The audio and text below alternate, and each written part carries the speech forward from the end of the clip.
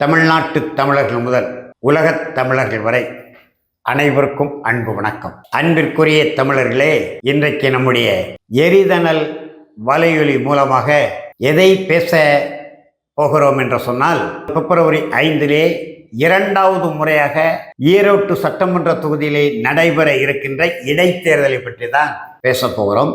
2023 ஜனவரி இதே மாதத்தில் அங்கே நடைபெற்ற இடைத்தேர்தலிலே இன்றைக்கு நம்முடைய நாம் தமிழர் கட்சியின் தலைமை ஒருங்கிணைப்பாளர் செந்தமலர் சீமான் அவர்களால் கொளுத்தி போடப்பட்டு பேசு பொருளாக இருக்கக்கூடிய ஈவேராவினுடைய பிறந்த மண் ஈரோடு.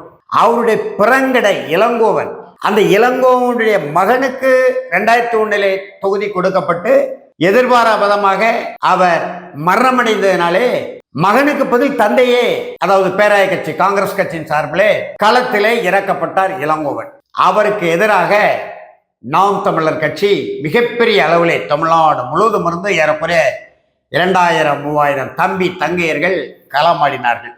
நானே கூட கிட்டத்தட்ட 12 நாட்கள் அங்கு நம்முடைய வாக்காளர்களை சந்தித்து நம்முடைய தங்கை மேனகா அவர்களுக்கு வாக்குகளை சேகரித்தோம். நாம் தமிழர் கட்சியினுடைய சின்னத்திலே அப்பொழுது விவசாய சின்னம் இருந்தது என்று நினைக்கிறேன். அப்படிப்பட்ட நிலையிலே அங்கு வேட்பாளரை அறிமுகம் செய்து பேசுகின்ற பொழுது நம்முடைய அன்பு தம்பி ஆற்றல் மறவர் தலைமை ஒருங்கிணைப்பாளர் செந்தமலர் சீமான் அவர்கள் முதலியார் தான் படையிலே முன்னணியில் நின்றார், எனவே அவர்களுக்கு முதலியார் என்று பெயர். தூய்மை பணிக்காக விஜயநகர பேரரசு இங்கே ஆட்சியில் இருந்தபோது ஆந்திராவிலிருந்து அழைத்து வரப்பட்ட மக்கள் தான் இங்கே எல்லா பகுதிகளிலும் தூய்மை பணியை இன்றைக்கும் செய்து கொண்டிருக்கிறார்கள். அவர்கள் தாய்மொழி தெலுங்கு என்பது போல பேசிவிட்டார். உடனே அதை முதலில் கடுமையான முறையிலே எதிர்ப்பு தெரிவித்தவர் யார் என்று சொன்னால், சமூக நீதி மக்கள் கட்சியின் தலைவர் என்ற தலைவராக அந்த பகுதியிலே களமாடி கொண்டிருக்கக்கூடிய வடிவேல் ராமன். பாட்டாளி மக்கள் கட்சியிலே வடிவேல் ராவணன் இருக்கிறார். அவர் நம்முடைய அண்ணன், கட்சியினுடைய பொதுச் செயலாளராக கிட்டத்தட்ட 15 ஆண்டுகளாக வேற ஆள் இல்லாமல் அவரே நீடித்து கொண்டிருக்கிறார்.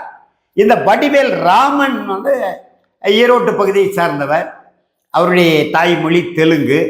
பாட்டாளி மக்கள் கட்சியிலே ஏதோ ஒரு பொறுப்பில் இருந்தார். அப்பொழுது அடிக்கடி தைலாபுரம் தோட்டத்துக்கு வருவார்.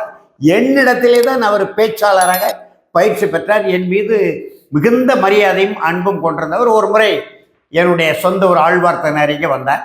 அந்த வடிவேல் ராமன் தான் முதல்ல எப்படி சீமானியங்களை வந்தேரிகள் என்று பேசிவிடலாம் என்று ஒரு குண்டை தூக்கி போட்டார். அது மிகப்பெரிய அளவில் தடியடி நடத்தி நாம் தமிழர் கட்சியினுடைய மாநில பொறுப்பாளர்கள் அன்பு தென்னரசு மண்டை உடைக்கக்கூடிய அளவுக்கு மிகப்பெரிய அளவில் போயிட்டேன். அதே இடத்துல நானும் போய் வாக்கு கேட்டேன். அது வேற செய்தி. அன்றைக்கு அந்த தேர்தலிலே நம்முடைய நாம் தமிழர் கட்சியின் சார்பிலே வெளியிடப்பட்ட நட்சத்திர பேச்சாளர்கள் பட்டியலிலே முதல் இடத்திலே நான் இருந்தேன். அதோடு மட்டுமில்லாமல் நாம் தமிழர் கட்சியில் நான் சேரலை. 2019க்கு பிறகு நான் கட்சியிலே சேரலை. ஆனாலும் தேர்தல் ஆணையத்தில் நாம் தமிழர் கட்சியினுடைய தலைவர்கள் பட்டியலில் 7வது தலைவராக நம்முடைய தேர்தல் ஆணையத்திலே மகிழுந்து ஒப்புதல் பெறுவதற்காக என்னுடைய பெயரை என்னுடைய தம்பி அன்பு தம்பி பாக்கிய ராஜன் அவர்கள் ஆணையத்தில் முறையிட்டு நாம் தமிழர் கட்சியின் மாநில தலைவர் பட்டியலில் என்னை சேர்த்தார். மகிழ்ச்சிக்குரிய பெருமைக்குரிய செயற்பாடாகத்தான் அதை நாம் பார்த்தோம். அது மட்டும் இல்லாமல் ஏறக்குறைய 23 அமைப்புகளை ஒன்று திரட்டி அதிலிருந்து அந்த கேப்டன் துறை, இன்றைக்கு பழங்குடியினர் பாசறை என்கின்ற அமைப்பின் மாநில பொறுப்பாளர் இருக்க அந்த நண்பர் கேப்டன் துறையெல்லாம் அப்பொழுது எங்களோடு இணைந்து களமாடியதிலே செந்தமலர் சீமானுக்கு நான் தான் அறிமுகம் செய்து வைத்தேன். கட்சியிலே இணைத்து கட்சியின் பழங்குடியினர் பாசறையின் தலைவராக செயல்பட்டு கொண்டிருக்கிறார்.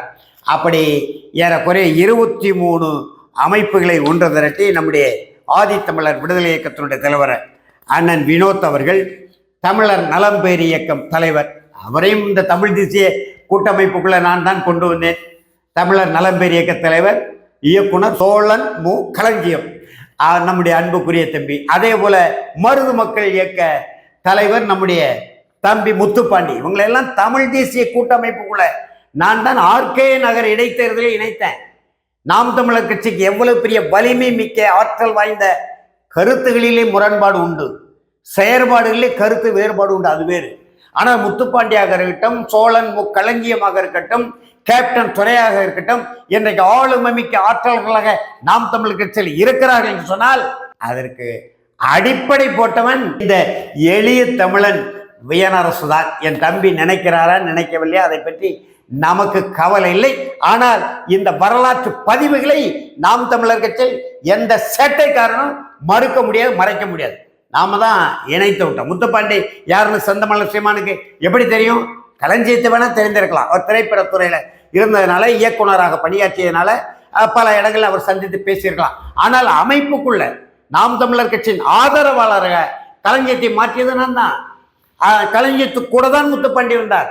நாம தான் ஆர்கே நகர் இடைத்தேர்தலில் நம்முடைய அன்பு தம்பி செந்தமலர் சீமானுக்கு அறிமுகம் செய்து வைத்தோம்.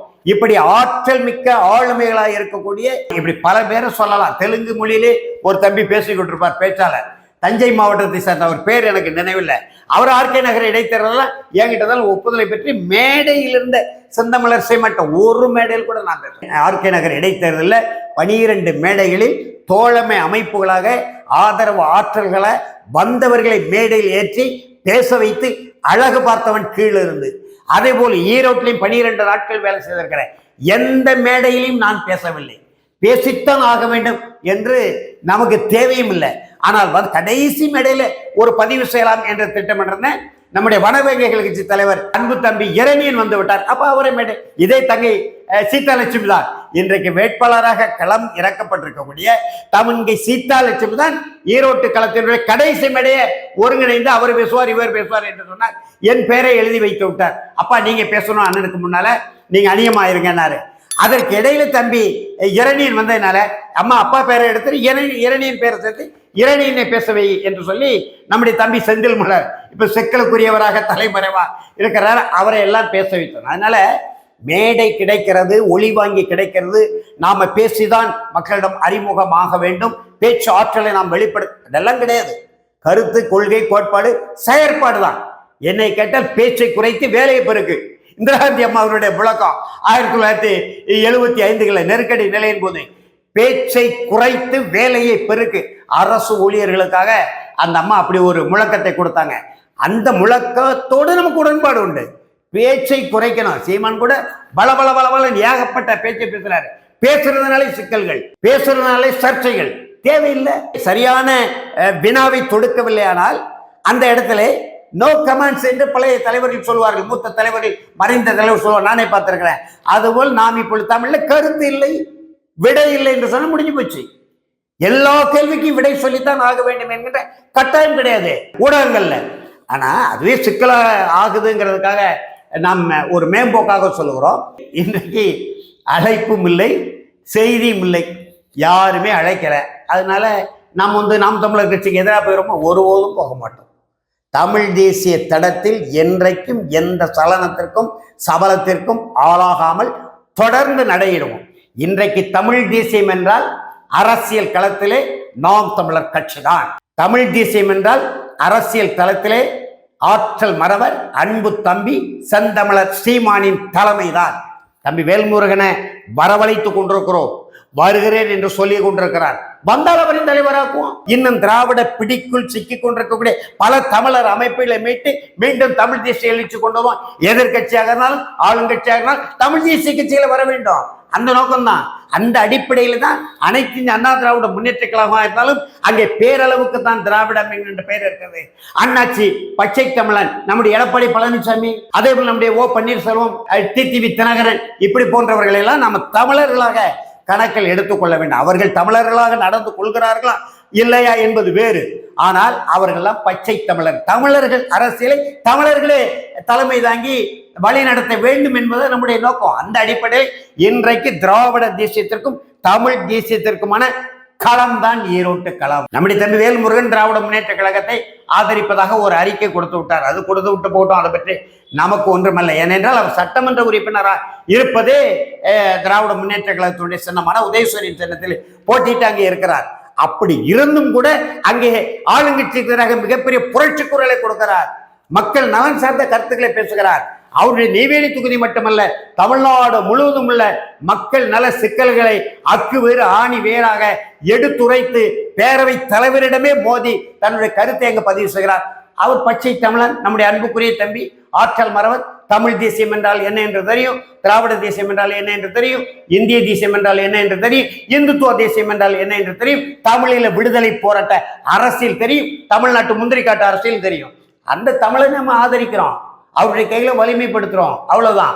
அதற்காக அவர் ஈரோட்டில் திராவிட முன்னேற்ற கழகத்தை ஆதரிக்கிறோம் என்று சொன்னால் நாம் ஆதரிப்போமா? நாம் ஆதரிக்க முடியாது. நாம் தமிழர் கட்சியை மட்டும்தான் ஆதரிக்க முடியும். தமிழ் தேசியம் என்றால் வாக்கு வங்கி அரசியல் என்றால் இன்றைக்கு உயர்ந்து நிற்பது 36 லட்சம் வாக்காளர்களை தன்னகத்தை கொண்டு தேர்தல் ஆணையத்தாலே ஏற்பு செய்யப்பட்ட ஒரே கட்சி நாம் தமிழர் கட்சி தான். ஒரே தலைமை செந்தமிழர் சீமான் தான். எனவே இப்ப பல்வேறு அமைப்புகளை கடந்த இடைத்தேர்தலில் இளங்கோவனுக்கு எதிராக தமிழர் அமைப்புகளை எல்லாம் 23 அமைப்புகளையும் ஒன்று திரட்டி தமிழ் தேசிய கூட்டமைப்பின் சார்பிலே களமாடணும். இந்த முறை அதற்கான வாய்ப்பு மறுக்கப்பட்டதா அல்லது தடுக்கப்பட்டதா என்று எனக்கு தெரியவில்லை. இருந்தாலும் நம்முடைய ஆதித்தமிழர் விடுதலை இயக்க தலைவர் அண்ணன் வினோத் அவர்களோடு தொடர்பு கொண்டிருக்கிறோம். களஞ்சியம் வந்து நாம் தமிழர் கட்சியினுடைய மாநில ஒருங்கிணைப்பாளராகவே போய்விட்டார். தமிழ் தேசிய கூட்டமைப்பு உருவாக்கி ஒரு மாநில ஒருங்கிணைப்பாளரே நாம் கொடுத்திருக்கிறோம். யாருக்கு? செந்தமிழர் சீமானுக்கு, நாம் தமிழர் கட்சிக்கு. அதெல்லாம் நம்முடைய வேலை தான், சீமானே மறுக்க முடியாது. இப்ப அவர் அங்க இருக்கிறதுனால அவரை கலந்து பேச வேண்டிய ஒரு தேவையும் இல்லாமல் போய்விட்டது. முத்துப்பாண்டி ஏற்கனவே செந்தமிழர் சீமானோடு அங்கே களமாடி கொண்டிருக்கிறார். அந்த வகையிலே இன்றைக்கு நாம் நம்முடைய தமிழர் அமைப்புகள், நூற்றுக்கணக்கான தமிழர் அமைப்புகள், கட்சிகள், இயக்கங்கள், பேரவைகள் தமிழ் தேசியத்தை, தமிழர் தேசியத்தை முன்னின்று நடத்துகின்ற போராட்ட அமைப்புகளை எல்லாம் நாம் தொலைபேசியில பேசி ஈரோட்டு களத்திலே நாம் தமிழர் கட்சிக்கு ஒளி வாங்கி சின்னத்திலே செந்தமிழர் சீமான் அவர்களோடு கட்சி தொடங்கிய காலகட்டத்தில் இருந்து களப்பணியாற்றி கொள்கை என்றால் என்ன என்று தெரியும், கோட்பாடு என்றால் என்ன என்று தெரியும், இலக்கு ஒன்றுதான் இனத்தின் விடுதலை என்ற முழக்கத்தின் கீழ் குடும்பத்தோடு களப்பணியாற்றி பல்வேறு தேர்தல் களங்களை சந்தித்த நீண்ட அனுபவம் உள்ள படித்த நல்ல சிந்தனையாளர், செயற்பாட்டாளரான என்னுடைய அன்பு மகள் கீதாலட்சுமி அவர்களுக்கு ஒளிவாங்கி சின்னத்தில் வாக்களிக்க வேண்டும் என்கின்ற வேண்டுகோளை நூற்றுக்கணக்கான தொலைபேசி உரையாடல்கள் மூலம் நாம் இருந்த இடத்திலே இருந்து செய்து கொண்டிருக்கிறோம். அந்த வகையிலே தமிழ் தேச தன்னுரிமை கட்சியினுடைய நிலைப்பாடு, தமிழ் தேசிய கூட்டமைப்பின் நிலைப்பாடு, ஈரோட்டு இடைத்தேர்தல் களத்திலே நாம் தமிழர் கட்சியும் நாம் தமிழர் கட்சியின் வேட்பாளரான அன்பு மகள் ஆற்றல் மரத்தி கீதாலட்சுமி ஆதரித்து ஒளிவாங்கி சின்னத்திலே தமிழ்நாட்டு வாக்காளர் பெருங்குடி மக்கள், ஈரோட்டில் தொகுதிக்குட்பட்ட வாக்காளர் பெருங்குடி மக்கள் வாக்களித்து நாம் தமிழர் கட்சி வெற்றி பெற செய்ய வேண்டும் என்கின்ற வேண்டுகோளை தமிழர் அமைப்புகளோடு தொடர்ந்து செயலாற்றி கொண்டிருக்கிறோம். வாய்ப்பு இருந்தால் பிப்ரவரி 3ஆம் தேதிக்குள் இது தொடர்பான ஒரு அறிக்கையும் சென்னையிலே வெளியிடுவதற்கான வேலையில செய்து கொண்டிருக்கிறோம் என்கின்ற இந்த ஈரோட்டு இடைத்தேர்தல் தொடர்பான நம்முடைய தமிழ் தேசிய கூட்டமைப்பின், தமிழ் தேசிய தன்னுரிமை கட்சி நிலைப்பாட்டை நம்முடைய இரத்த உறவுகளான தாய் தமிழ் உறவுகளோடு பகிர்ந்து விடைபெறுகிறேன். நன்றி, வணக்கம்.